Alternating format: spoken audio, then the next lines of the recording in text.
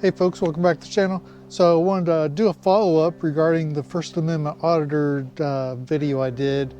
And this is in response to a lot of the comments that I was getting.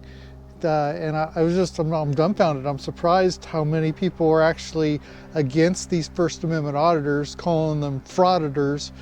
And they just seriously have a problem with them exercising our First Amendment rights and testing it in public. And there's some people who are just like completely adamantly against it, and it's almost like they don't feel that we have First Amendment rights and that they agree with these people that they're confronting. It's like, well, I didn't give you my consent, you've got to delete that. You know, it's like, are you serious? You're in public and there is no expectation of privacy. And on top of that, I could bet, probably more than likely, that these people that are against these First Amendment auditors filming in public have absolutely no problem with like business and government and the other public cameras that are set up in facilities or on the road, the flock cameras. They probably have no problem with those surveilling and putting that data in public accessible areas where you and I can look and see exactly where they were at what time and all that. So yeah, I could just imagine that they don't have a problem with that type of camera surveillance. But if Joe Schmo just out in public or wanting to take a picture or film, they have a problem with that because they didn't give you the consent. But somehow they think it's consensual for cameras to be recording, like you're going through Walmart even checkout, and they got the cameras on you. You can see exactly how you're being filmed, and they probably have no problem with that. But if you're doing it for a private reason, then they have a really big problem with that. Where's the logic in that? For First Amendment auditors and those of us that enjoy and love our freedoms, we really have no issue with the private sector filming. If I'm out in public and someone's videoing, I don't give 2 cents, because I don't have a problem with them putting that on YouTube or TikTok or wherever else they might be putting it, because more than likely that is not being used to survey me or to check up where I'm at in all times like the government does, and these security cameras that are all over the place. So it's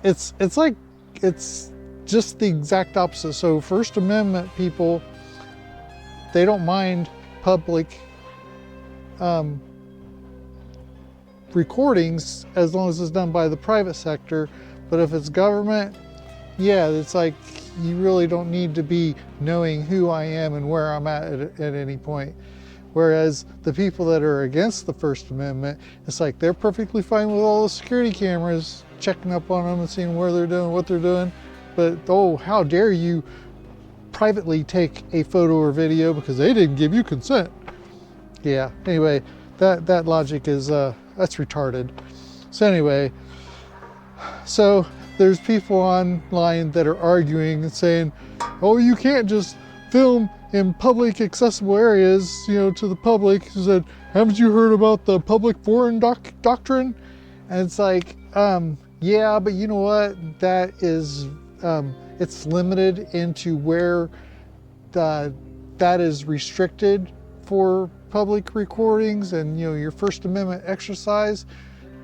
And actually, I printed it out. So there's traditional public forum, which are like streets, sidewalks, parks, and these have immemorially held in trust for the public for assembly, debate, as recognized by Hague versus CIO in 1939. Government restrictions here must be content neutral, narrowly tailored, and leave openly alternative channels.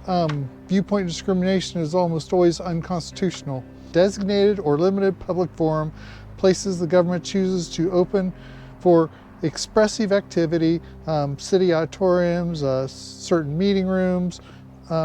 Once opened, the government must treat speakers fairly. It can limit access based on subject matter or speaker type if done without viewpoint discrimination. Then there's non-public forum, government property not traditionally open for public expression, like military bases, airport terminals, internal mail systems. The government can impose reasonable viewpoint neutral restrictions, and that was decided by Perry Education Association versus Perry Local Educators Association in 1983. It's the leading case. The court held that a school's district internal mail system was non-public forum, allowing differential access as long as it wasn't based on viewpoint.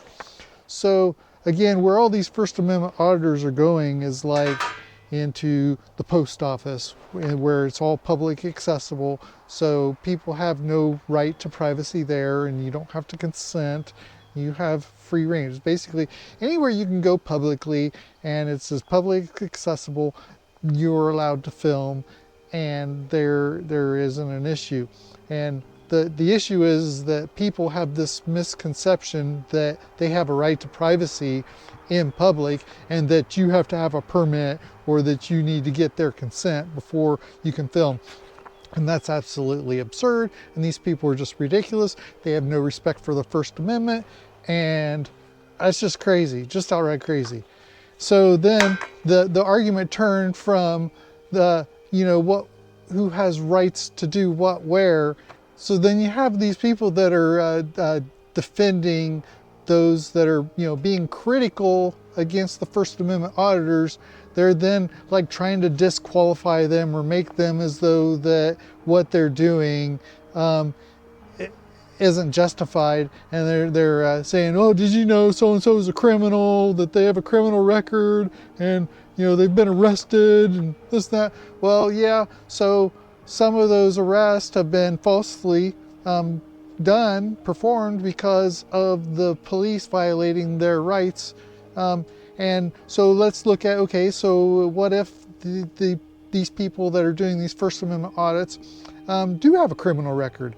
So they've been to prison for 6, 8 years, whatever. They got out. So do you feel that the justice system worked? That now that they're released and they're out, that they have every right that you and I do as citizens to be able to exercise their rights? I feel that they do. And if you don't feel that, then you need to work on our criminal justice system to get that fixed. Because I'm at the thought, being a libertarian, is that because if you're incarcerated, you obviously don't have the freedoms that you and I do. But once they release you, then they're saying that you are free, and being free, you should have every single right that you and I do. So you have the right to vote, you have the right to carry a firearm to protect yourself. Now, there is one caveat to that I have, and that is that you're allowed to own and possess firearms so long as your crime that you were incarcerated for was not violent. So if there was violence involved, then I don't feel that there is a means to reform you to where you wouldn't be violent again. So if you were, incarcerated for, say, tax fraud, something like that, I would have no reason for restricting you with your right to defend yourself. So you should have every right to be able to carry a firearm again. So that whole law needs to be changed, where if you have a felony that you can no longer defend yourself. It's like, what kind of a country is that? You're free, but you can't protect yourself. So that's ridiculous. So if the judicial system was correct, if they didn't feel that you were safe to be out on the streets to carry a firearm, then you should not be out on the streets to carry a firearm. You should not be out on the streets, period. You should still be incarcerated. So if they set you out on public, then you are free to carry. That's how I see it. And those that want to, still look at, oh, well, they're criminals. Well, check this out. So I pulled up some statistics regarding the police officers, and these are the ones that are, in fact, enforcing these unjustified laws on your First Amendment and Fourth Amendment, Fifth Amendment, as they get into, more of the detainment and arrest. So about 1 in 11 U.S. police officers, which is 9%, have been arrested for domestic violence at some point in their career. 1 in 11, that's 9%. 12% of active duty officers in large U.S. cities admitted to committing domestic violence in 2020 National Institute of Justice survey. Wow, 12% just voluntarily admitted to that. Police officers commit domestic violence at 3.6 times the rate of the general population, according to a 2026 cross-verified report. So police officers, the ones that are there to enforce the laws, are 3.6 times the rate of the general population to commit domestic violence. What does that say? My goodness. So then, here's an older study back done in 1991 for the National Center for Women and Policing study found that 40% of police families experience domestic violence. 40%. This figure is often quoted, but modern analysis treat it cautiously because of methodological limitations. Still, it remains part of the historical content. So can you imagine 40% of women that are married to police officers, the police families, have experienced domestic violence? Approximately 1 in 17 women, which is 5.9%, and 1 in 25 men, which is 4%, in the U.S. have experienced domestic abuse by a current or former police officer. Wow. So these numbers vary, and the reason is because it's on who does the studies and the reporting, and as you can imagine, well, let me get to that. So the arrest, it's a give or take 9%. Self-admitted abuse is 12%. Family reported abuse is 40%. Relative risk compared to the general population is 3.6 times higher than the general population. Wow. So you can imagine that with the police, there's going to be some underreporting that is extremely high, because only 10% of police domestic abuse cases result in arrest, compared to 50% for non-police cases.